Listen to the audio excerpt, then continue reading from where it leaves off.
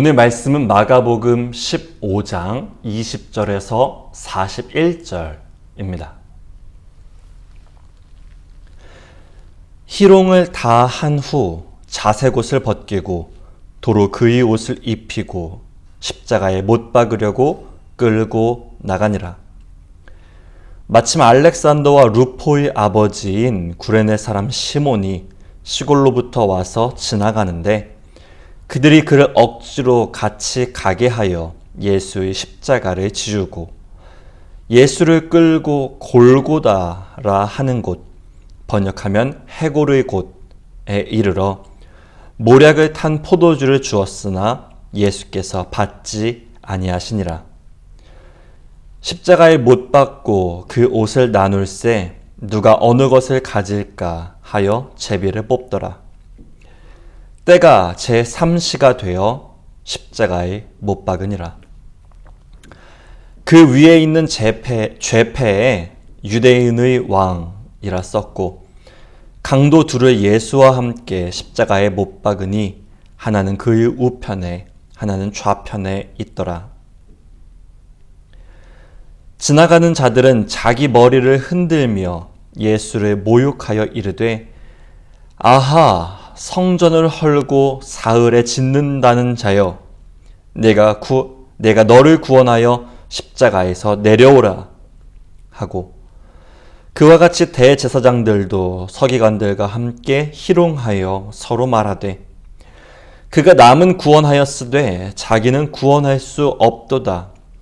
이스라엘의 왕 그리스도가 지금 십자가에서 내려와 우리가 보고 믿게 할지어다 하며 함께 십자가에 못 박힌 자들도 예수를 욕하더라.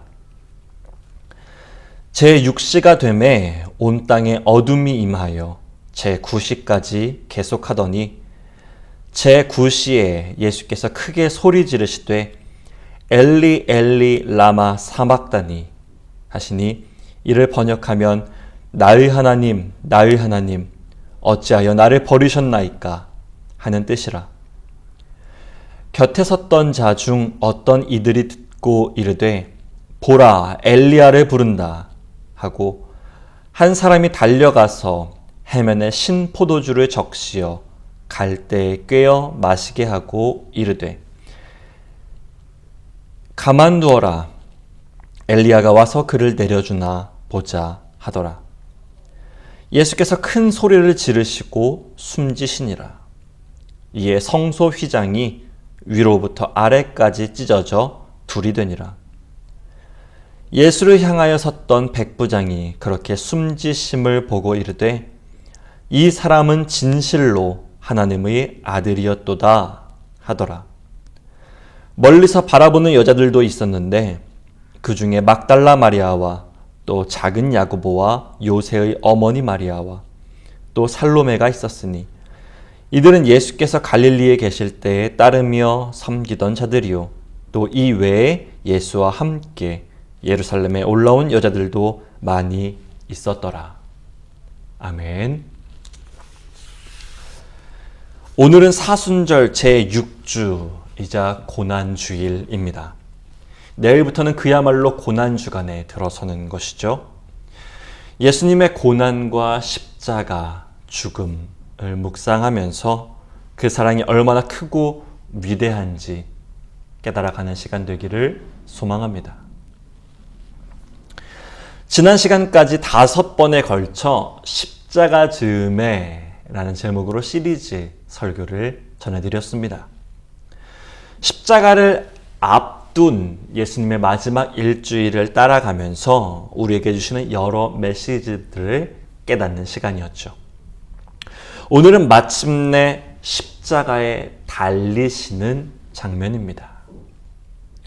물론 예수님은 3일 만에 부활하시고 승리하실 것이지만 이 십자가에서 육체적으로나 심적으로나 가장 낮은 곳까지 내려가셨다는 것은 부정할 수 없는 사실입니다. 그 자리, 죽기까지 십자가를 지신 그 자리에 우리도 함께 들어가 보고자 합니다. 피고 나사렛 예수 라는 제목으로 하나님의 말씀 증거할 때에 예수님 곁에서 또 예수님을 따르는 우리 되기를 소망합니다. 지난 시간 제자들과 식사를 마치시고 겟세마네 동산에 올라 기도하시는 예수님께 무리가 찾아왔습니다. 그들은 마치 강도를 잡는 것처럼 무장하고 와서는 예수님을 결박해 끌고 갔습니다. 먼저는 대제사장에게로 갑니다. 장로들과 서기관들까지 모여있는 것을 보면 이것은 아마 당시에 이스라엘을 이끌어갔던 민족의 지도자들, 사내들인 공의회였던 것 같습니다. 이들은 예수님을 신문하기 시작합니다. 모세의 율법에 따르면 한 사람을 처형할 때, 사형할 때는 한 사람의 증언만으로는 그렇게 할 수가 없었습니다. 두세 사람, 즉 여러 사람의 공증된 증언이 있어야 사형을 내릴 수 있었죠. 그래서 이들은 예수님을 고발할 여러 증인들, 물론 자신들이 매수한 사람들을 데리고 옵니다. 이미 준비되어 있었겠죠. 자기들의 정당성을 지켜줄 법적 절차는 어쨌거나 형식적으로는 이루어진 셈입니다. 하지만 안 될 것을 되게 하려니 일이 잘 진행될 리가 없었습니다. 성경은 계속해서 그들의 증언이 서로 맞지 않았다, 일치하지 않았다고 증거하고 있거든요. 뒷돈을 주고 매수한 이 거짓 증인들의 거짓 증언마저도 서로 일치하지 않으니까 정말 속이 터졌을 겁니다.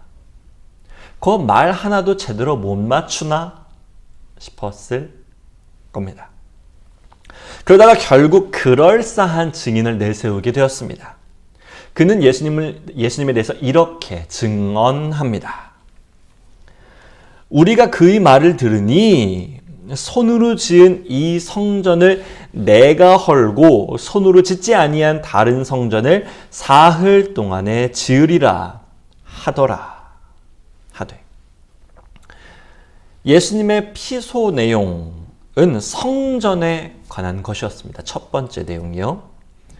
솔로몬의 낙성식, 다윗 왕이 기틀을 만들고 솔로몬이 봉헌한 그 이후로 예루살렘 성전은 수차례 위기를 맞았었습니다.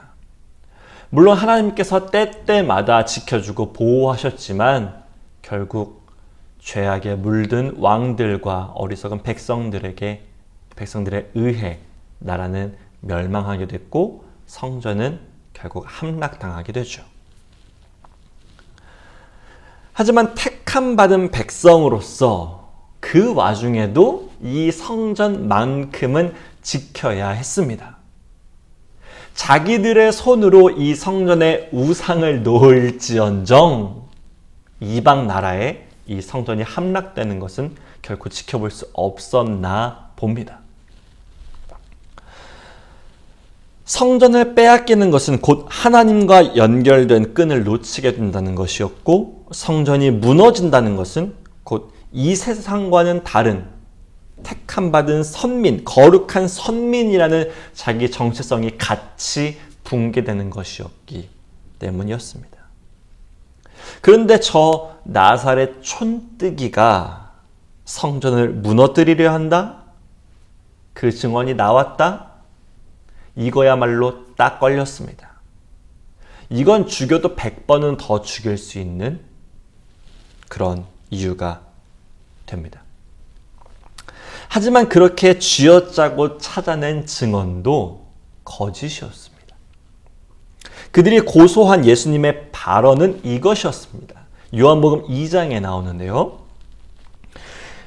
예수께서 대답하여 이르시되 너희가 이 성전을 헐라 내가 사흘 동안에 일으키리라.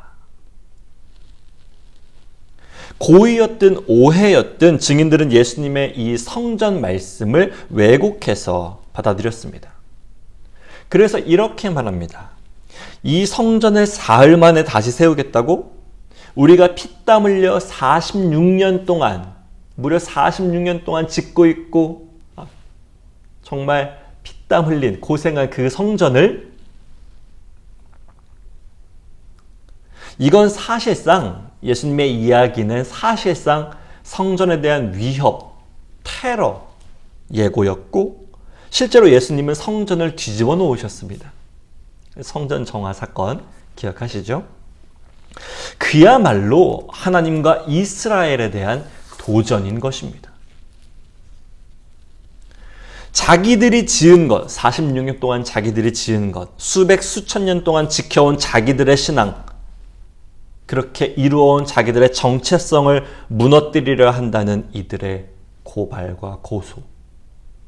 하지만 그마저도 자기들 멋대로 받아들이고 해석하는 것이었습니다. 예수님은 자신이 성전을 헐겠다고 말씀하신 적이 없습니다. 오히려 너희가 이 성전을 헐라 하셨죠. 또 사흘 동안에 일으키겠다고 하신 것은 눈에 보이는 성전이 아니라 성전된 자기 육체를 가리켜 말씀하신 것이라고 요한복음은 분명하게 기록하고 있습니다. 헬라어 원문을 보면 이 거짓 증인들이 얼마나 예수님의 말을 곡해하고 모함하고 있는지 바로 볼 수 있습니다. 앞서 읽어드린 요한복음 2장 말씀에서 예수님께서 하신 그 말 표현은 일으키리라, 이 성전을 일으키리라 하셨을 때 그 말씀은 잠든 사람, 죽어있는 자를 일으키다 라는 의미의 표현이었습니다. 하지만 이 거짓 증인들은 예수님을 고발하면서 사흘 동안에 지으리라, 건물, 집, 이런 건축물들을 짓다는 표현으로 바꾸어서 말합니다. 그 의미가 분명 완전히 다른데도 불구하고 그렇게 왜곡하죠. 그야말로 가짜뉴스, 위증, 조작된 증언들입니다. 대제사장들과 서기관들이 얼마나 예수님을 모함해내고 이 가짜 뉴스를 퍼뜨렸는지, 예수님께서 십자가에 달려 죽으신, 십자가에 달리신 그 모습을 보면서 지나가는 사람들도 이렇게 이야기합니다. 오늘 함께 읽은 본문이죠. 지나가는 자들은 자기 머리를 흔들며 예수를 모욕하여 이르되, 아하, 성전을 헐고 사흘에 짓는다는 자여. 결국 그들은 예수님을 십자가에 못 박았습니다. 예수님을 죽이려고 했던 또 하나의 이유, 그것은 성전 테러에 버금가는, 아니 그 이상으로 위험하고 노골적인 것이었습니다. 바로 신성모독입니다.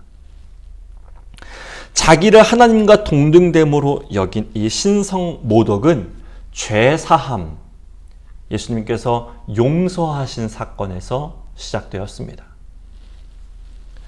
마가복음 2장에 보면 중풍병자를 고쳐주신 사건이 있었습니다. 네 사람이 지붕을 뚫고 그 천장에서 환자를 내린 그 사건, 여러분들도 잘 알고 기억하실 겁니다. 그때 예수님께서 이렇게 말씀하십니다. 작은 자야 내 죄 사함을 받았느니라. 이 이야기를 듣고 있던 그 자리에 앉았던 서기관들은 이렇게 생각합니다. 이 사람이 어찌 이렇게 말하는가? 신성모독이로다. 오직 하나님 한 분 외에는 누가 능히 죄를 사하겠는가? 유대인들에게 죄를 용서하는 것은 하나님의 전적인 권한이었습니다. 느헤미야 말씀을 보면, 그러나 주께서는 용서하시는 하나님이시라. 은혜로우시며 긍휼히 여기시며 더디 노하시며 인자가 풍부하심으로 그들을 버리지 아니하셨나이다. 아멘. 그럼 죄 지은 사람에게 사람으로서 사람은 어떻게 대해야 할까요? 물론 당연히 법대로, 모세가 준 율법대로 행해야 했습니다. 레위기 말씀입니다. 사람을 쳐 죽인 자는 반드시 죽일 것이요 짐승을 쳐 죽인 자는 짐승으로 짐승을 갚을 것이며 사람이 만일 그의 이웃에게 상해를 입혔으면 그가 행한 대로 그에게 행할 것이니 상처에는 상처로 눈에는 눈으로 이에는 이로 갚을지라. 남에게 상해를 입힌 그대로 그에게 그렇게 할 것이며. 목숨 걸고 지켜야 할 법이 있는데 누군가 이 법을 어겼다면 그것을 용서할 수 있는 것은 오직 그 법을 만드신 분, 즉 하나님 한 분뿐이시다 라는 것이 그들의 생각이었습니다. 사람은 그 율법을 받은 자기들은 오직 그 법대로 행해야 할 뿐이었죠. 은혜와 긍휼로 더디 노하시고 인자하심으로 그 위법을 용서하실 수 있는 분은 하나님뿐이시다. 이렇게 보면 그들 나름대로의 논리가 이해되지 않는 것은 아닙니다. 오히려 어떻게 보면 유대인들의 사고방식은 일관되다, 아주 일관되다고 할 수도 있겠습니다. 하지만 그것은 결국 하나님과의 단절이라는 결말로, 하나님과의 단절이라는 파국으로 향할 수밖에 없는 것입니다. 그들은 하나님을 아버지라 고백할 수 없었습니다. 참람한 것으로 여겼죠. 자녀는 아버지의 성품을 담는 것이 당연하고 마땅한 일이지만 자신들은 그럴 수 없었기 때문입니다. 예수님은 오히려 하나님을 닮아가라고 하십니다. 아버지께서 하시니 자신도 하신다면서 감히 죄사함을 베푸셨고요. 하나님께서 우리를 사랑하시는 것처럼 우리를 사랑하셨고 하나님께서 우리를 위로하신 것처럼 우리를 위로해 주셨습니다. 그래서 결국 그들은 예수님을 십자가에 못 박았습니다.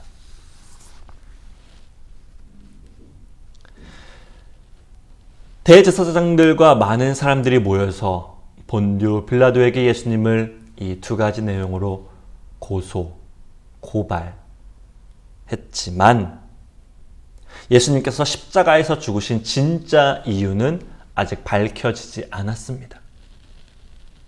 예수님이 죽을 수밖에 없었던, 예수님을 죽음으로 몰고 간 진짜 범인은 따로 있었기 때문입니다. 바로 우리입니다. 이사야의 말씀입니다. 그는 실로 우리의 질고를 지고 우리의 슬픔을 당하였거늘 우리는 생각하기를 그는 징벌을 받아 하나님께 맞으며 고난을 당한다 하였노라. 그가 찔림은 우리의 허물 때문이요 그가 상함은 우리의 죄악 때문이라. 그가 징계를 받음으로 우리는 평화를 누리고 그가 채찍에 맞음으로 우리는 나음을 받았도다. 아멘. 그가 받을 만했다. 고난을 당할 만했고 죽임을 당할 만했다. 이것이 비단 유대인들만의 생각이었을까요? 예수님을 고소고발하고 십자가 앞으로 끌고 간 그 대제사장들과 무리들만의 생각일까요? 예수님의 십자가 사랑을 당연하게 생각하고 있다면 우리도 그들과 마찬가지인 것은 아닐까요? 예수님이 날 사랑하셔 십자가가 그 사랑의 증거야. 덕분에 나는 구원받았구나. 감사하죠. 감동이고 은혜입니다. 이것이 십자가 구원 사역의 대원칙입니다. 하지만 여기에서 그치는 것은 아닙니다. 예수님은 무리와 제자들을 불러 모으시고 이렇게 가르치십니다. 누구든지 나를 따라오려거든 자기를 부인하고 자기 십자가를 지고 나를 따를 것이니라. 누구든지 자기 목숨을 구원하고자 하면 잃을 것이요 누구든지 나와 복음을 위하여 자기 목숨을 잃으면 구원하리라. 아멘. 예수님께 구원받고자 그분을 따라가고자 한다면 자기 십자가를 져야 합니다. 이 십자가는 예수님 당신의 것입니다 라면서 당연하게 받으실 만한 거라면서 당연하게 떠넘겨서는 안 됩니다. 그는 실로 우리의 질고를 지고 우리의 슬픔을 당하신 것인데 당연하게 어느 신학자의 말처럼 값싼 은혜로 만들어 버려서는 안 됩니다. 물론 그렇다고 우리가 십자가 진다는 것이 우리 스스로를 죄에서 구원하겠다는 것은 아닙니다. 결코 아니죠. 우리가 지는 십자가는 자기 부인의 십자가입니다. 사도 바울은 예수님을 이렇게 고백합니다. 빌립보서에 그는 근본 하나님의 본체시나 하나님과 동등됨을 취할 것으로 여기지 아니하시고 오히려 자기를 비워 종의 형체를 가지사 사람들과 같이 되셨고 사람의 모양으로 나타나사 자기를 낮추시고 죽기까지 복종하셨으니 곧 십자가에 죽으심이라. 아멘. 예수님께서 하나님 닮아 십자가 지셨다면 우리 또한 예수님 닮아 십자가 져야 하겠습니다. 예수님께서 자기를 비우신 것처럼 우리도 우리를 비워내기를 원합니다. 하나님께서 하신 것처럼 용서할 수 있도록 우리의 욕망과 분노를 비워내고 하나님께서 사랑하신 이 세상, 이처럼 사랑하신 그 세상을 사랑하기 위하여 내가 사랑하는 것들을 비워내고 그것이 우리가 짊어져야 할 자기를 부인하고 지는 자기 십자가일 것입니다. 그 십자가 지고 예수님 따라 구원의 길 걷는 우리 소명교회 되기를 축복합니다. 말씀을 정리합니다. 사순절 6번째이자 고난주일, 피고, 나사렛 예수. 예수님은 두 가지 죄목으로 고소 고발당하셨습니다. 먼저는 성전에 대한 위협입니다. 이것은 유대인들의 자기 정체성을 깨부수는 일로 여겨졌습니다. 나를 지키기 위해 예수님을 죽인 것이죠. 두 번째로는 신성모독입니다. 모든 율법을 만들고 그 권위를 지니신 하나님과 동등되려 했다는 것이었죠. 자기 세상, 자기들의 세상에 매몰되어서 그 세상을 주신 하나님, 그 세상의 주인을 잊어버린 꼴입니다. 하지만 이 두 가지는 예수님을 죽게 한 결정적인 것이 아니었습니다. 진짜 이유, 진짜 예수님을 십자가에 못 박은 것은 우리입니다. 우리의 평화, 우리의 나음을 위해 그는 징계를 받고 채찍에 맞으셨습니다. 그리고 십자가를 지셨습니다. 우리의 죄를 대신 짊어지고 말입니다. 그 사랑을 깨달아 예수 그리스도의 제자된 여러분, 이제 우리도 십자가를 져야 합니다. 예수님은 자기를 부인하고 자기 십자가를 지고 나를 따르라고 말씀하셨습니다. 이 말씀 듣고 아멘으로 순종하여 나아가는 우리 소명교회 되기를 소망합니다. 고난주간으로 지키는 이번 한 주도 말씀 붙잡고 자기를 비우며 예수님 따라가는 우리 소명교회 되기를, 그리고 그 끝에 부활의 기쁨 누리는 우리 소명교회 되기를 진심으로 축복합니다. 기도합니다.